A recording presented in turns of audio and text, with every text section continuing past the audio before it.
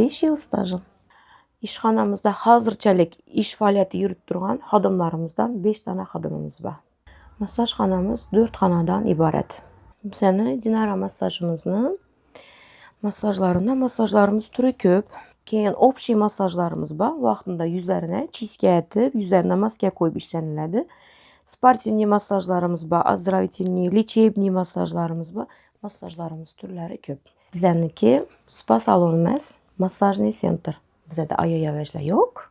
Bizənin masajımızda, masajdan taşqarı erkeklerimiz üçün manikürü, pedikürü, yüz çizgisi, depilyasiya xizmətlərimiz var. Yok, onun üçün həmmə nərsəmiz 100% dokumentalni sertifikatlara egamiz. Adresa gəlsək, Daritalı köçədə İşanç magazin, İşanç magazininin doğrusunda Dinara deb yazılıb turibdi. Dinara masajına bemalol gələ Dur. Birini dım tapıb bilməsəydilər, pəstəki telefonlara müraciət etə verəsizlər.